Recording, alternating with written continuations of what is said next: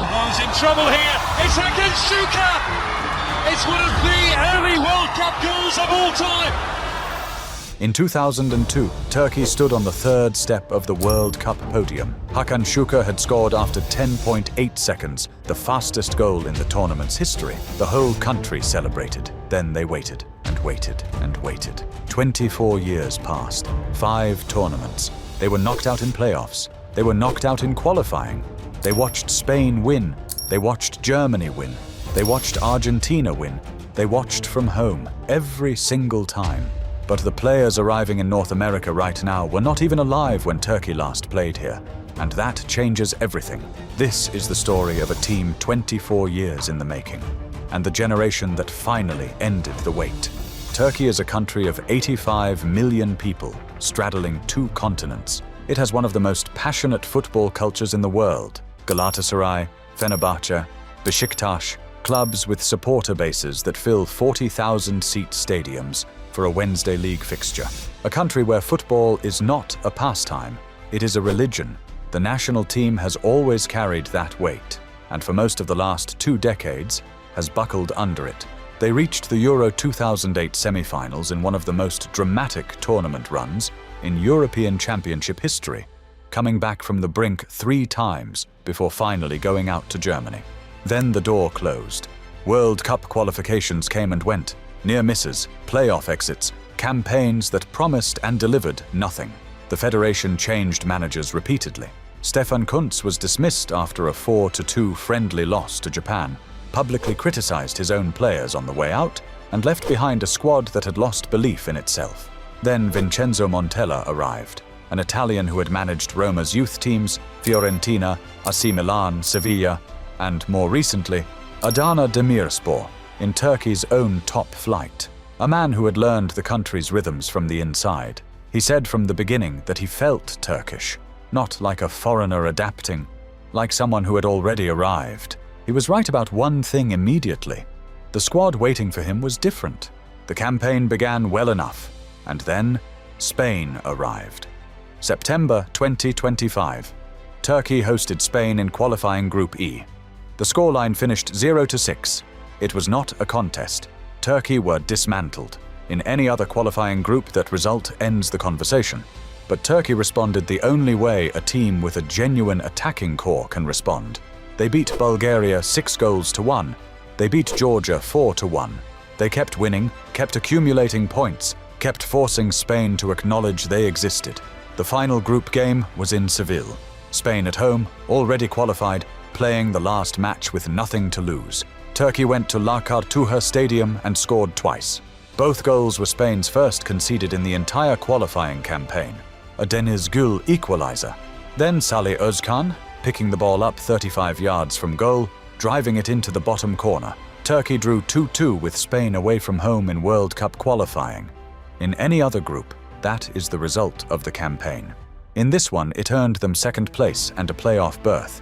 2 playoff matches stood between Turkey and a World Cup. Romania in Istanbul, then Kosovo in Pristina. The Romania game was tight. Ferdi Kadıoğlu scored the only goal.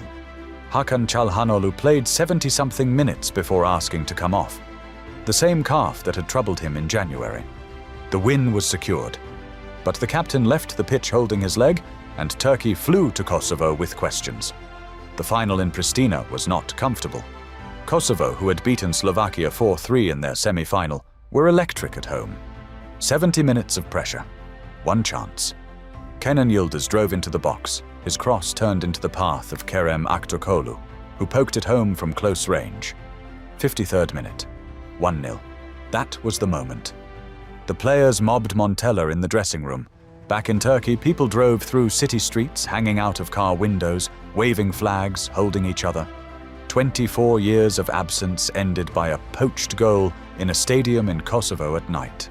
Aktürkoğlu said afterwards, "Some of us were not even born the last time we qualified. We always dreamed of moments like this." He was right. 2 of his teammates literally were not born, and they will be the ones carrying Turkey's hopes forward. Before we get to them, here is what you need to know. The group stage gives Turkey 2 matches they can win before the hardest test arrives. But to get through, the players who matter most need to be fully fit. and heading into this tournament, that is not yet guaranteed. One name above every other right now. Arda Guler, Real Madrid, 21 years old. Born in Ankara in 2005, 3 years after Turkey's last World Cup. He joined Fenerbahçe's youth system at 14, made his professional debut at 16, and in the summer of 2023, Carlo Ancelotti called him on FaceTime, wearing a Hawaiian shirt and sunglasses, to personally convince him to join Real Madrid. He has since won La Liga, the Champions League, the UEFA Super Cup, and the Club World Cup, all before his 22nd birthday. He does not sprint past opponents. He finds the half-second of space nobody else sees, plays the pass before the press arrives, and changes the shape of the game without running at anyone. Then there is Kenan Yildiz, same age as Guler, 21, born in Germany, raised in Bayern Munich's academy before moving to Juventus when the contract talks stalled. Within a season he had the number 10 shirt, the shirt that belonged to Dybala, to Del Piero. He became the youngest player ever to captain the club. In November 2023, in Berlin's Olympic Stadium, Germany were winning when Yildiz picked up the ball and hit it into the top corner. His first international goal, scored against the country of his birth. Both of them are in this squad. Neither was alive the last time Turkey qualified. The third name is Hakan Çalhanoğlu, the captain. The 32-year-old Inter Milan midfielder who shapes Turkey's tempo with his passing range and dead ball quality. The concern is fitness. He managed his body through the second half of the club season and was training separately from the squad as the camp began. If he is at full stretch for all 3 group games, Turkey have a platform. If he is managing himself, the burden falls earlier on those younger shoulders. Those shoulders have already proved they can carry it. Turkey are in Group D. Their opponents are Australia, Paraguay, and the United States. On paper, this is a group Turkey should qualify from. The USA are the hosts. They have home crowds, home momentum, and a squad with genuine quality in Christian Pulisic and a well-organized backline under Mauricio Pochettino. That game, on June 25th in Los Angeles, is likely the group decider. The question is whether Turkey reach it in a position of strength or already needing something. Australia are the opener, June 13th in Vancouver. Australia reached the last 16 at the previous World Cup, and their record of competing hard and staying organized has been consistent for years, but they have limited attacking quality. For Turkey, with the attacking options Montella has, this should be 3 points. Should be. Paraguay are next, June 19th. They qualified through CONMEBOL as the most defensively disciplined side in South American qualifying, 14 goals conceded in 18 matches. They do not concede easily. For a Turkey side built on technical passing and fluid front 4 movement, this is the game that requires patience. Realistic expectation. Turkey qualify from this group. The USA match will be the test of how far that goes.